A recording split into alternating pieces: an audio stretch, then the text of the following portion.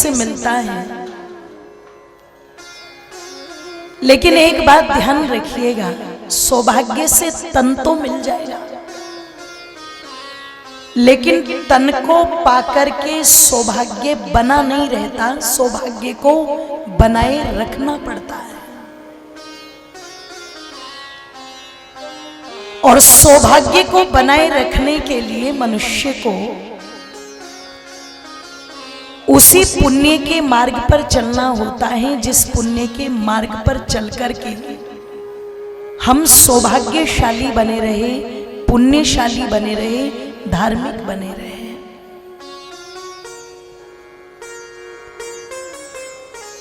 निवेदन आप लोगों के मध्य में कर दूं,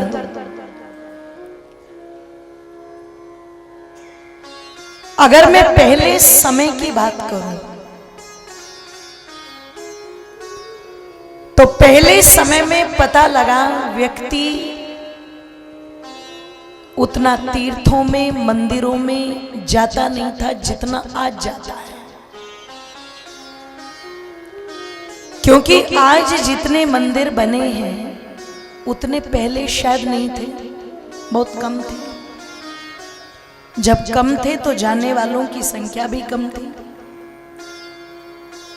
लेकिन पता नहीं, मुझे लगता है या आपको भी लगता है कि भले ही मंदिरों की संख्या पहले कम हो, लेकिन वो पहले लोग हमसे कहीं ज्यादा धार्मिक होते थे।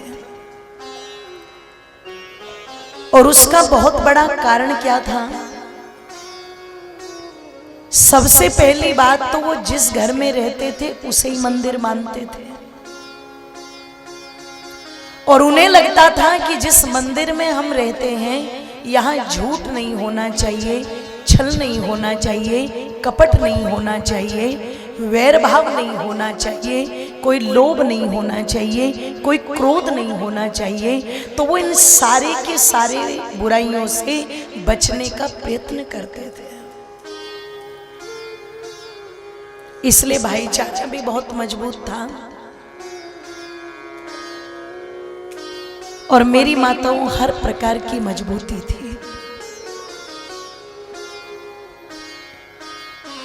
यही चरित्र चित्रण रामायण में देखने को मिलता है। और उस काल में देखने को मिलता है जिस काल में कल हम चर्चा कर रहे थे कि श्री रामचंद्र जी, जिन्हें ये कहा जा रहा है कि तुम्हें राजा बनाया जाएगा। अब आप विचार देखो, काल का चक्र देखो या काल की चाल देखो। जिस दिन राजा बनना है, राज्य तो नहीं मिला लेकिन वन जाने का आदेश जरूर मिल गया।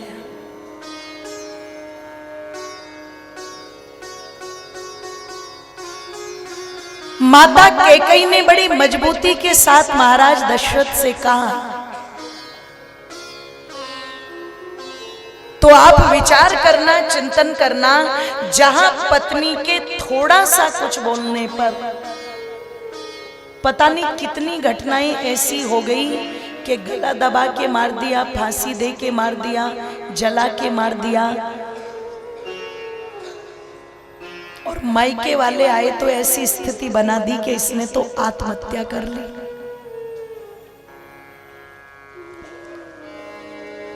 उसी परिस्थिति में आप सोच करके देखना, माता कैकेयी ने महाराज दशरथ को उनके जीवन की सबसे कड़वी बात कही। लेकिन कड़वी बातों को सुनकर के भी अब राजा दशरथ, जो राजा हैं, क्षत्रिय हैं, युद्ध लड़ चुके हैं और चार बेटों के पिता हैं, तो आप उनके पुरुषत्व पर कोई उंगली नहीं उठा सकते। वो एक योद्धा, एक क्षत्रिय। लेकिन वो क्षत्रिय भी आप विचार करना, अपने घर की देवी का कितना सम्मान करता होगा कि ना हाथ उठाया, ना कोई गाली दी। हाँ, कुछ कड़वे बोल तो जरूर बोले। और क्या कड़वे बोल बोले कि जो मैंने तेरे साथ विवाह में प्रतिज्ञाएं की थी, मैं उन सारी प्रतिज्ञाओं को तोड़ता हूं।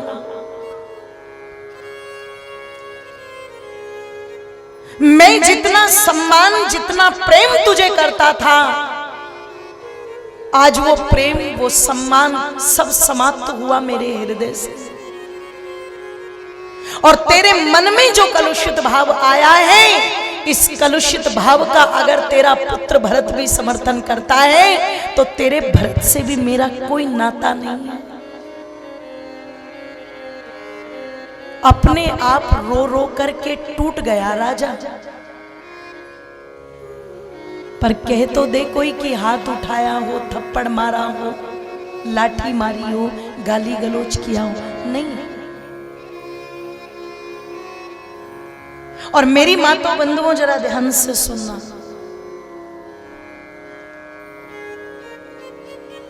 वही माता कैकेयी जब पूरी तरह से अड़कर के खड़ी रही, और महर्षि वाल्मीकि जी कहते हैं रोते रोते प्रभात होने लगी। इधर वशिष्ठ जी कह रहे हैं यज्ञ की तैयारी होनी है, राजा को बुलाओ। उनके महामंत्री आर्य सुमंत राजा को खोजते घूम रहे हैं। पता चला राजा पहुंचे हुए हैं कोप भवन में। और कोप भवन में जाकर के जब राजा की स्थिति देखी, तो आर्य सुमंत्र ने भी आज तक ऐसी स्थिति नहीं देखी थी। माता कैकेयी ने राजा के मंत्री के बीच में कोई बातचीत नहीं होने दी, और तुरंत आदेश दिया, जाओ राम को भेज देना, पीछे कोई ना आ जाए। जिस समय आर्य सुमंत्र श्री रामचंद्र जी को बुलाने गए माताओं, तो कहा जाता है उस समय राम जी और माता सीता जी अन्न में, धन में ये बात कर रहे हैं कि कितना अन्न दान करना है, कितना धन दान करना है, जो अनुष्ठान हो रहा है। अब बुलावा आया तो राम जी ने सीता जी से कहा, देवी मैं जाता हूं, मां ने बुलाया है। और देखो विश्वास कितना है, बहुत ध्यान से सुनना। विश्वास इतना है कि राम जी कह रहे हैं मेरी माता कैकेयी ने बुलाया है, देखना सीते, वो जरूर अवश्य मेरे पिता से लड़ रही होंगी और कह रही होंगी कि मेरे पुत्र का राज्याभिषेक ऐसे करना, वैसे करना, देखना यही चर्चा होती मिलेगी। तुम तब तक इन वस्तुओं को दान करना आरंभ करो, मैं आता हूं। और जब रामचंद्र जी ने कोप भवन में पैर रखा, तो मेरी माताओं बंधुओं, पहली स्थिति क्या देखी? आज तक जो घर में देखने को नहीं मिला था। पिताजी भूमि पर पड़े हैं और मां एक तरफ खड़ी है। मेरी माताओं, मैं निवेदन कर दूं आप लोगों के मध्य में कि पता चला वहां पर राम जी कहते हैं, मां एक आर्या स्त्री को अपने पति के विषय में ये शब्द कहना शोभा नहीं देता। और मेरी माताओं, मैं निवेदन कर दूं,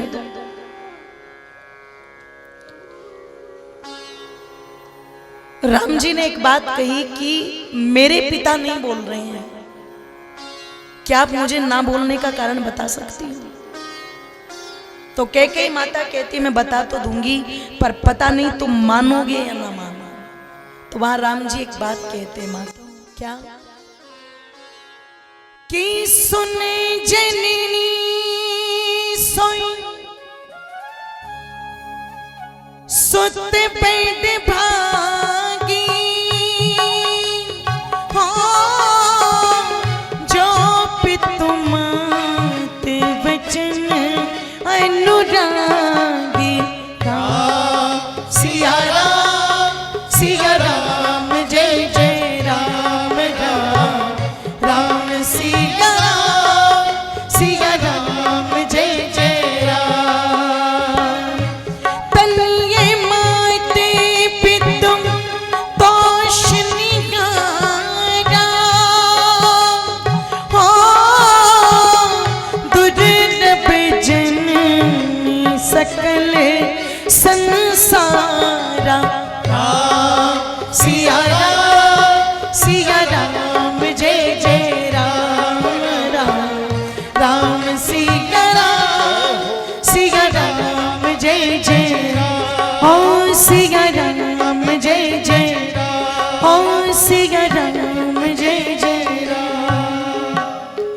बोलिए श्री रामचंद्र भगवान की जय। माता कैकेयी को कहते हैं रामचंद्र जी, माँ वो संतान तो बड़ी भाग्यशाली है जिसे माता पिता के वचनों को पूर्ण करने का अवसर मिल जाए। तुम कहो तो सही। और निवेदन कर दूं, वहां माता कैकेयी ने सब बात बता दी। राम, मैंने ये 2 वर तुम्हारे पिता से मांगे।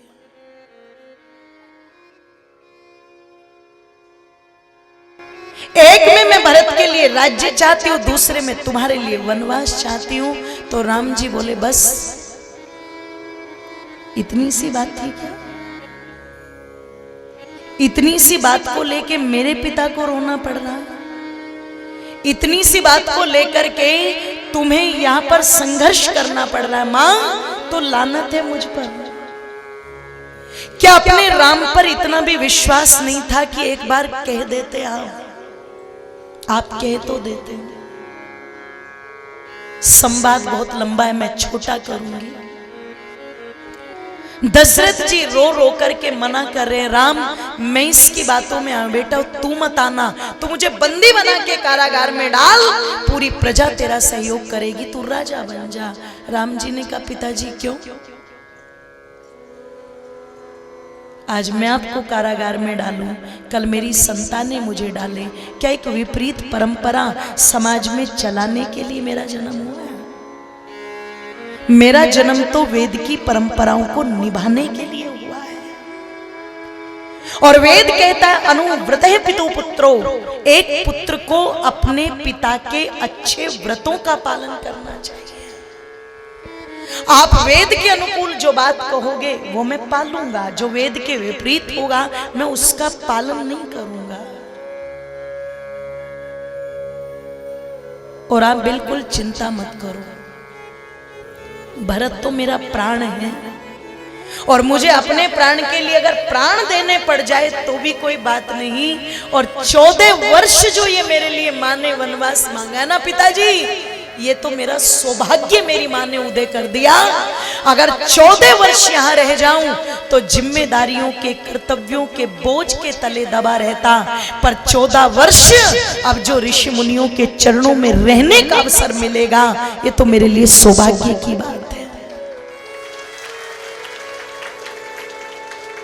तो माता कैकेयी पूछती है, राम जितना समय लगाओगे तुम्हारे पिता का कष्ट उतना ही बढ़ता जाएगा।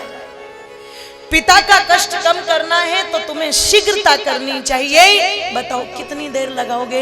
राम जी कहते, मां जितनी देर, बस माता कौशल्या से आशीर्वाद लेना है और जितनी देर मुझे केवल सीता को समझाना है, बस इस कार्य में जितनी देर लगेगी इतनी देर लगाऊंगा। उसके बाद चिंता मत करो, अयोध्या में सब नजर आएंगे पर तुम्हें तुम्हारा राम कहीं नजर नहीं आएगा। मेरी माताओं जरा विचार करना, चिंतन करना। 14 वर्ष के लिए राम को वनवास जाना है। कोई सामान बांधने का समय नहीं मांग रहे, केवल 2 चीजों के लिए समय मांगा। किसके लिए? माता कौशल्या को समझा दो। पहुंच गए। और मैंने कल कहा था कि बड़ा मार्मिक भाव है, सुनना जरूर, मन से सुनना और समझना। जब हम घर को मंदिर बनाना चाहते हैं, आपको क्या लगता है मंदिर ऐसे ही बन जाता है? उन पत्थरों को कितनी चोट सहनी पड़ती है जो मूर्ति के रूप में स्थापित किए जाते हैं। और हम सोचते हैं कि घर परिवार हवा में चलते रहेंगे। आजकल की युवा पीढ़ी को, लड़कियों को लगता है बस फिल्मों की तरह मेरे सामने रोमांटिक गीत गाता रहे, मेरी ख्वाहिशें पूरी करता रहे, मुझे निहारता रहे, मेरी तारीफ करता रहे और पिक्चर इसी में खत्म हो जाए। इसलिए इतनी कमबख्त पीढ़ी आ गई, सैयारा जैसी पिक्चर देख के बेहोश हो जाते हैं कमबख्त। पर संभाजी का इतिहास देख करके किसी को बेहोशी नहीं होती है? महाराणा प्रताप का इतिहास पढ़ के कोई बेहोश नहीं हो रही है आज की पीढ़ी। भगवान राम की गाथा को सुनकर के कोई बेहोश नहीं हो रहा। फिल्मी पर्दे पर जो स्क्रिप्ट लिख करके तैयार की गई है वहां तो ध्यान रखिएगा, जब मिल जाते हैं ना हीरो हीरोइन, वहां तो पिक्चर का दी एंड है, असली कथा तो बाद में ही शुरू होती है। असली जूते तो बाद में ही बजते हैं ना, मिलने पर तो सब ढोली बजाते हैं, वो तो फिर बाद में बजता है जो बजता है। उन्हें लगता है आज की पीढ़ी को देख के परिवार ऐसे बन जाएंगे, इसलिए सबका अहंकार आसमान छूता है। परिवार अहंकार से नहीं चलते मेरी माताओं, परिवार तो संस्कार से चलते हैं, ध्यान रखिएगा। ये तो संस्कारों का मॉडल है। माता कैकेयी ने वनवास मांग लिया, रामचंद्र जी हंस करके कह रहे हैं ये तो छोटी सी बात है, और मुझे जो आनंद है वो राजा बनने में नहीं है, मुझे जो आनंद है वो वनवासी बनने में है। तो पहुंच गए कौशल्या जी के पास। उस समय माता कौशल्या कहते हैं श्वेत रेशमी वस्त्रों को पहन करके यज्ञ कर रहे थे। माता कौशल्या मेरी माताओं कहते हैं बैठने के लिए रामचंद्र जी को आसन दे दिया, आशीर्वादों की झड़ी लगाने लगी, वेद मंत्र बोलने लगी। कौन से मंत्र? ओम स्वस्ति न इंद्रो वृद्धश्रवाः स्वस्ति न पूषा विश्ववेदाः स्वस्ति नस्तारक्षो अरिष्ठनेमि स्वस्ति नो बृहस्पतिर्दधातु ॐ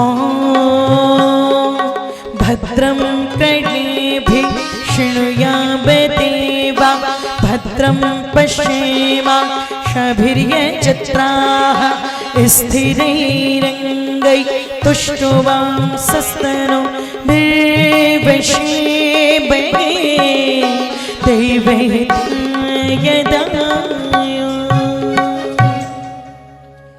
स्वस्ति इंद्रो वृद्धश्रवाः, तेरा कल्याण हो, तेरा यश बढ़ता जाए, तेरी कीर्ति बढ़ती जाए, तू ऐसा राजा बने कि जनता के दिलों पर राज करे। तू अपनी प्रजा से ऐसे प्रेम करना जैसे गाय नवजात बछड़े से प्रेम करती है। झड़ी लगा दी। राम जी कहते मां ये वाला आशीर्वाद बचा के रखो, ये भरत को देना, मेरे लिए थोड़ा सा आशीर्वाद बदल दो, क्योंकि मुझे मेरे पिता ने छोटा राज्य नहीं दिया है, मुझे मेरे पिता ने बहुत बड़ा राज्य दिया है। ये अयोध्या का छोटा सा कोना तो भरत को पकड़ा दिया, और तेरे राम को मेरे पिता ने पूरे के पूरे दंडक वन का राजा बना दिया, पूरे के पूरे दंडक वन। और मां सुनो, तुम कुछ कहो मैं कह दूं क्या, कि पिता मोहे दीनी कानन काजू जहां सब भाते मोर बड़ भाज। मेरे पिता ने जो मुझे वन का राज दिया ना मां, वो मेरे लिए हर प्रकार से हितकारी है, विरोध मत कर। पर मां तो मां है, मां ने कहा क्यों ना विरोध करूं, 9 महीने मेरे गर्भ में रहा है, मैं जानती हूं ना बेटे, क्यों ना करूं विरोध। तुझे अपार कष्ट सह के जन्म मैंने दिया है, क्यों ना करूं विरोध। तुझे मैंने पाला है, क्यों ना करूं विरोध। राम तेरे पिता का अधिकार होगा बेटे, पर मां के बारे में भी सोचना चाहिए मेरे लाल। एक मां को समझ नहीं रहा है, ऐसे बोल रहा है जैसे 2-4 दिन की बात हो, 14 वर्षों की बात कर रहा है, और कह रहा है विरोध ना करूं, करूंगी विरोध, मां हूं मैं। रामचंद्र जी कहते हैं अच्छा तो चलो तुम मां हो ना, माँ का स्थान बड़ा है ना? बोले सबसे बड़ा। माँ की बात माननी चाहिए? बोले सबसे पहले माननी चाहिए। तो बोले माँ अगर ये वन जाने का आदेश माँ का भी हो तो? अब एक बार विचार जरूर करना, आप होती तो प्रश्न करती कौन सी माँ? पर अयोध्या इसीलिए अयोध्या है, कौशल्या कितनी धैर्यवान रही होगी, उसने पलट करके ये नहीं पूछा कौन सी माँ।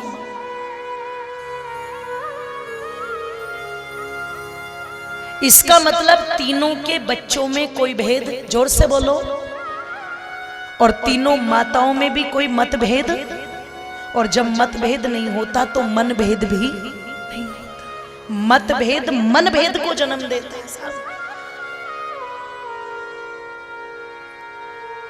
तीनों ने नहीं।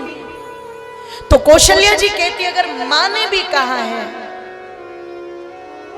तो फिर मैं एक ही बात कहूंगी, मेरा आशीर्वाद मेरे हाथ तेरे सर पर है। और क्या बोली कि जो केवली पितु आयुष ताता तो जानी जब जानी बड़ी माता। जिस भी माता ने कहा ना उसे ही बड़ी मान करके फिर चला जा, मेरा आशीर्वाद तेरे साथ।